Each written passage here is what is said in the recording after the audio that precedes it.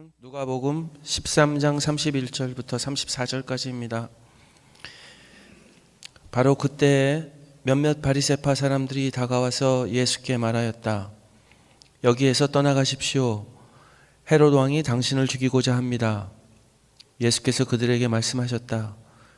가서 그 여우에게 전하기를 보아라, 오늘과 내일은 내가 귀신을 내쫓고 병을 고칠 것이요 사흘째 되는 날에는 내 일을 끝낸다 하시오.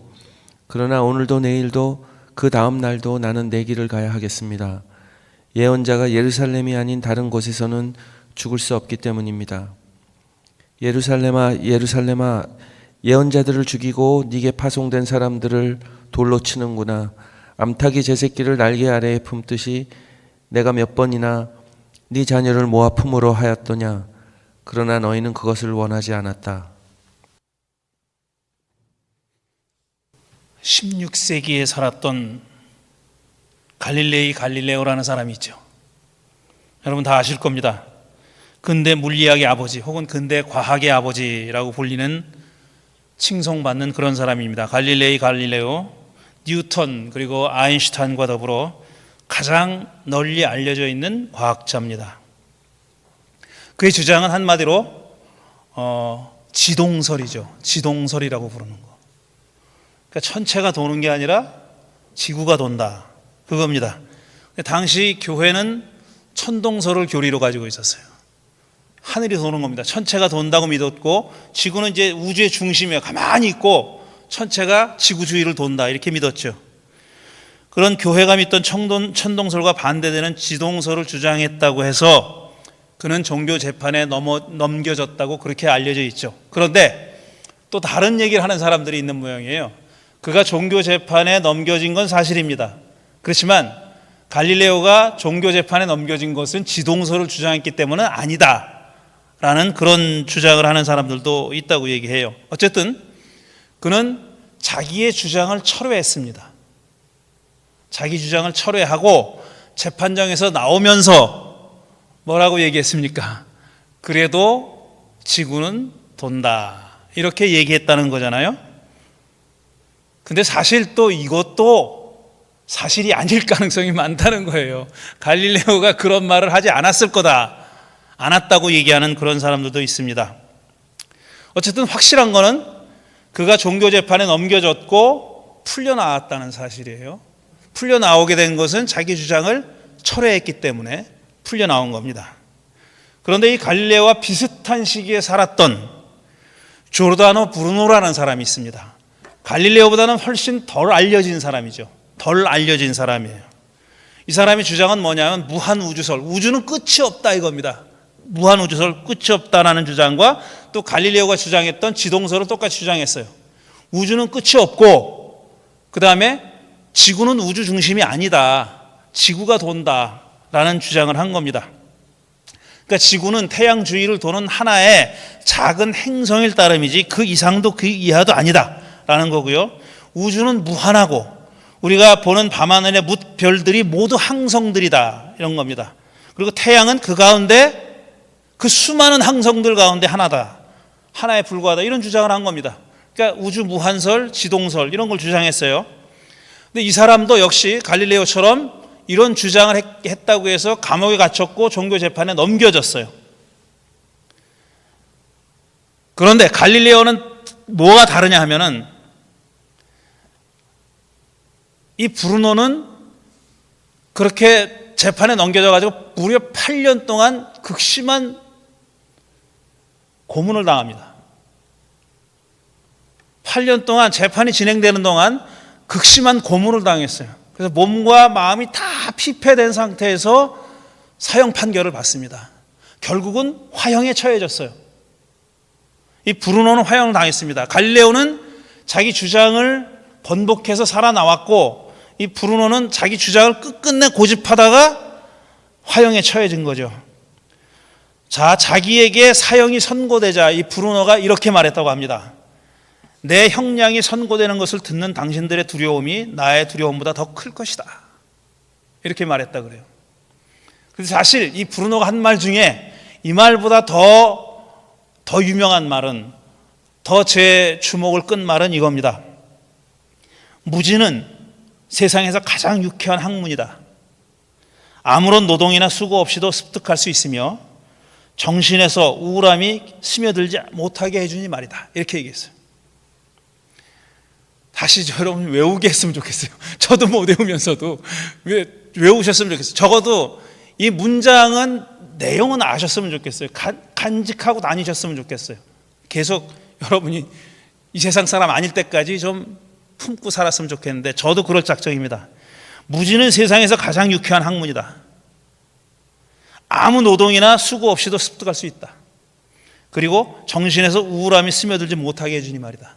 비꼬는 거죠. 그러니까 진짜 우울함이 깃들지 않다는 얘기가 아니라, 깃들지 않는다는 얘기가 아니라 그냥 아무것도 모르면 우울할 일도 없다 이겁니다. 뭐 고심할 일도 없고 고민할 일도 없고 머리를 쓸 일도 없다 이런 얘기죠.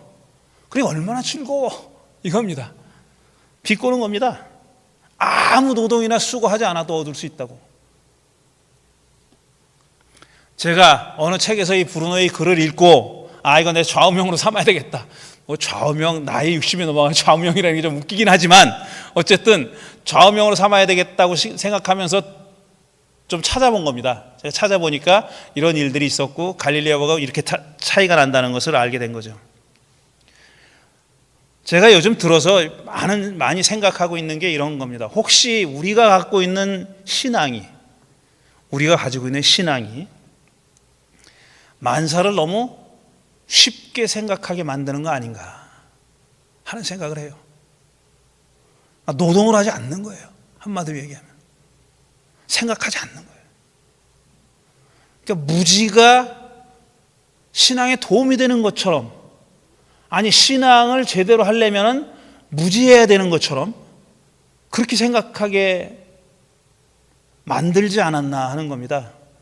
만들었다 그러면 누가 주체가 있는 거죠. 누가 주인이 있는 거죠. 주어가 있는 거잖아요. 누가 그렇게 만들었을까? 소위 말해서 종교 지도자라고 하는 사람들이 그렇게 만드는 거 아닌가 하는 생각을 해요. 왜 그러냐면 편하니까. 그렇게 되면은 얼마나 편해요. 그냥 무지한 상태에 있으면은 자기가 하는 말, 자기가 하는 행동 다 합리화할 수 있잖아요. 그러니까 편하니까 그렇게 하는 거 아닌가. 자기만 그렇게 하는 게 아니라 아주 신앙이라는 것 전체가, 그 자체가 마치 무지해야 가능한 것처럼, 묻고 따지는 것은 불신앙의 어떤 시작인 것처럼, 의심은 나쁜 거다, 의심과 무지 이런 걸 다 엮어가지고 그걸 신앙이라는 한 그냥 꾸러미 안에다가 집어넣어 버리는 거 아닌가 하는 생각을 합니다. 성경을 글자 그대로 쓰여진 그대로 사실이다 라고 믿는 것을 문자주의라고 하죠. 성경의 문자주의, 성경을 문자 그대로, 글자 그대로 믿는 거, 그걸 어떤 하나의 신앙의 한 형태라고 생각하는데, 저도 이렇게 오랫동안 그렇게 생각해 왔어요. 아주 보수적인 신앙인들은 그렇게 믿죠. 그렇게 믿는다고 믿죠. 정확하게 얘기하면 그렇게 믿지 않아요. 그런데 자기는 그렇게 믿는다고 믿어요. 그게 저는 오랫동안 신앙의 한 모습이다. 뭐 그렇게 믿는 사람은 어쩔 수 없다. 뭐 어쩔 수 없죠. 그거 안 고쳐집니다. 잘 안 고쳐지는데, 그게 신앙의 한 형태라기보다는 이건 게으른 거 아닌가 하는 생각을 많이 합니다. 지금. 그러니까 생각하기 싫은 거예요. 생각하기 싫으니까 그냥 써인 대로 믿자. 안 믿어지지만 믿자. 이겁니다. 이거는 게으른 거죠. 그 앞에 지적이라는 말을 붙이면 뭐가 있어 보이지만 아니, 별 의미 있는 건 아니에요. 지적인 게으름. 그냥 생각 안 하는 거. 아무 생각도 안 하고 그냥 믿는 거. 그렇다고 해서 제가 신앙생활을 제대로 하려면 가방끈이 길어야 된다든가 뭐 책을 많이 읽어야 된다든가 이런 얘기하는 거 아니에요. 그냥 생각만 하면 돼요. 우리 상식적인 생각. 상식인으로서 그렇게 하면 왜 물어볼 수가 있다고요. 또 물어야 하는 거고. 저는 가방끈이 길어야 된다거나 책을 많이 읽어야 된다 이런 얘기 하는 게 아닙니다. 그냥 게으르지만 말고, 생각하기를 멈추지만 말고 계속 생각하자, 사유하자, 생각해보자 하는 거죠. 물어보자 라는 거죠. 그 생각을 멈추면은 저는 그건 신앙이 아니라고 생각하는 거죠. 제가 오늘 어머니 주일인데 어머니와 아무 상관도 없는 이런 얘기를 계속 하고 있습니다. 왜냐하면은 제가 30년째, 오늘 아침에 그래도 썼지만 30년째 이 향림교회에서 목회를 하고 보니까 어머니 날 설교를 30번을 했어요. 이런 절기 때는 무슨 주제를 제가 정하지 못하고 주어진 주제를 얘기해야 되는 날 있잖아요. 어머니 날, 뭐 아버지 날, 부활절, 뭐 이런 날, 크리스마스. 이게 참 하기 힘듭니다. 그래서 옛날에 설교했던 걸 컨닝을 해요. 컴퓨터를 막 뒤져봅니다. 그래서 제가 남의 거는 안 합니다. 남의 거 표절은 안 해요. 제 걸 해요, 제 걸. 자기 표절합니다, 자기 표절. 막 뒤져봤어요. 오늘 제 컴퓨터 안에 지금 한 20년 거는 들어있거든요.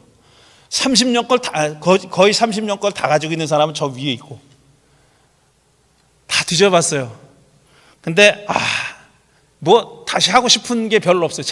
재탕할 만한 게 없어요. 마음에 다 안 드는 거예요. 왜 그러냐 하면은 제가 생각이 바뀌었기 때문에 그래요. 요 근래 들어와가지고 생각이 바뀌었어요. 그전에는 어떤 설교를 했냐면 구약 성경에 나오는 어머니들에 대한 얘기를 했어요. 그리고 제일 많이 한 게 마리아입니다. 예수님의 어머니가 얼마나 훌륭한 분이냐, 이런 얘기를 많이 했습니다. 그리고 구약 성경에 나오는 여러 어머니들 가운데서 흠결도 많지만 문제도 많지만 본받을 점이 있는 어머니들에 대한 얘기를 계속 해왔는데 더 이상 할 어머니도 없고 이제 너무 많이 해가지고 마리아 또 하려니까 아이고 저도 식상하고, 그래서 생각해 본 게 모성이라는 거예요. 제가 모성. 그래서 모성을 찾아봤어요. 위키피디아 가면 모성이라는 항목이 없어요. 마더후드라는 게 없어요. 마더후드 찍으면 마더가 나와요. 마더후드는 그 안에는 그 단어가 나오는데 마더후드라는 다른 항목이 없더라고요. 그때 놀랐습니다. 야, 위키에 이게 없구나. 마더후드가 없구나. 모성이라는 게 없구나. 그걸 알게 됐고요. 또 우리 사전을 찾아보니까 뭐 여러 가지 정의가 나오더라고요. 근데 제가 모성에 대한 얘기를 오늘 읽은 누가복음 13장의 본문을 읽으면서 왜 떠올렸냐 하면은 이 누가복음 13장에 나오는 암탉 얘기가 어머니 주일에 많이 하는 설교입니다. 그리고 모성을 얘기할 때는 항상 이 본문을 많이 얘기해요. 그런데 이 본문을 제가 찬찬히 읽어보니까 그동안은 알지 못했던 다른 어떤 면을 제가 읽었습니다. 그 얘기를 먼저 해볼까 합니다. 일단 몇몇 바리새파 사람들이 예수에게 다가왔어요. 바리새파 사람들도 그러니까 예수를 위하는 사람들이 있었던 겁니다. 경고하러 온 겁니다. 경고하러. 뭐라 그랬냐면 헤롯 왕이 당신을 죽이려고 하니까 빨리 여기를 떠나십시오. 피하십시오. 이렇게 얘기한 겁니다. 그랬더니 예수님이 뭐라고 얘기했냐면 알았다고 피하기는커녕 뭐라고 얘기했냐면 가서 그 여우에게, 여우는 헤롯 왕입니다. 여우에게 전하기를 보아라, 오늘과 내일은 내가 귀신을 내쫓고 병을 고칠 것이요 사흘째 되는 날에는 내 일을 끝낸다 하시오. 그러나 오늘도 내일도 그 다음 날도 나는 내 길을 가야 하겠습니다. 예언자가 예루살렘이 아닌 다른 곳에서는 죽을 수 없기 때문입니다. 가서 전하라는 말은 끝낸다. 그러니까 사흘째 되는 날은 내일을 끝낸다. 여기까지 전하라는 겁니다. 그리고 그 다음에 얘기는 예수님이 해설하신 거예요. 당신의 말씀에 대해서 해설하신 거예요. 그러니까 지금 얘기는 뭐냐면 헤롯은 당신을 죽이려고 하지만, 예수를 죽이려고 하지만 예수는 상관없이, 거기에 상관없이 당신의 일을 하겠다는 겁니다. 당신의 일을 계속 하겠다. 오늘도 내일도 내 길을 가겠다. 이런 말이에요. 그리고 사흘째 되는 날에는 내 일을 끝낸다 그랬어요. 마무리 짓는다. 다 상징적인 말씀들이죠. 그렇게 말씀하시고 나서 독백하듯이 이렇게 말씀하십니다. 예루살렘아 예루살렘아, 예언자들을 죽이고 내게 파송된 사람들을 돌로 치는구나. 암탉이 제 새끼를 날개 아래에 품듯이 내가 몇 번이나 내 자녀를 모아 품으려 하였느냐. 그러나 너희는 그것을 원하지 않았다. 이런 말씀을 하셔요. 독백하듯이 하신 거예요. 이거는 들으라고 한 얘기가 아니라 헤롯에게 한 얘기도 아니고 당신 주위에서 계시는 제자들과 군중들을 향해서 한 얘기도 아니고 헤롯이 당신을 죽이려고 한다고 전했던 바리새파 사람들을 향해서 한 얘기도 아닙니다. 거의 독백하다시피 그렇게 하신 말씀이에요.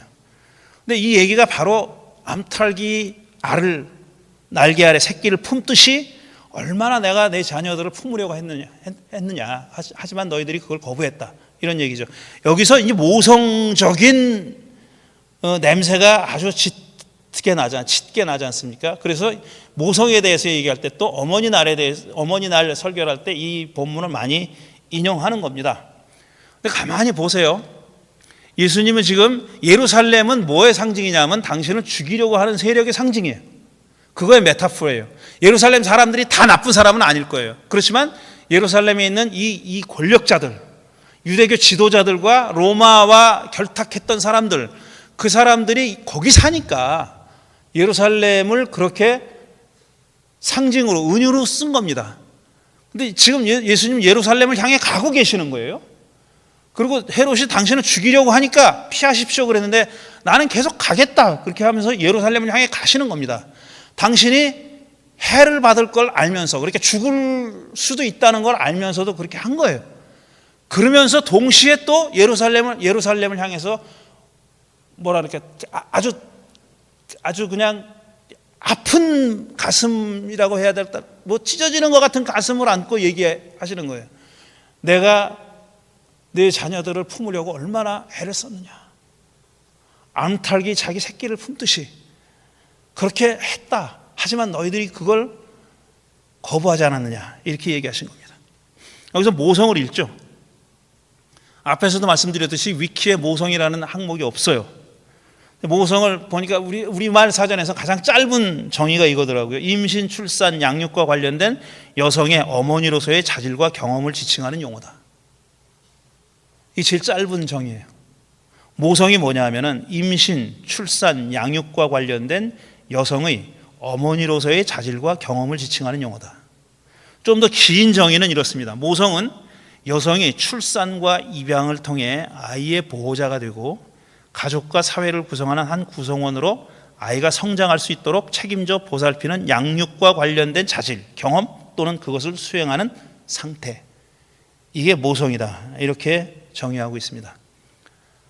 이건 완전히 이제 어머니로서의 어떤 성격, 그 다음에 어머니로서의 어떤 기능에 대한 거예요.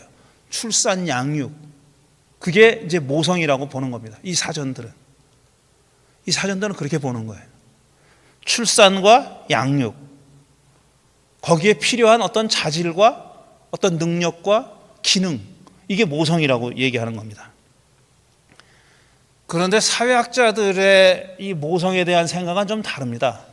사회학자들은 모성을 어떤 사회적인 현상으로 봐요. 사회적인 현상으로.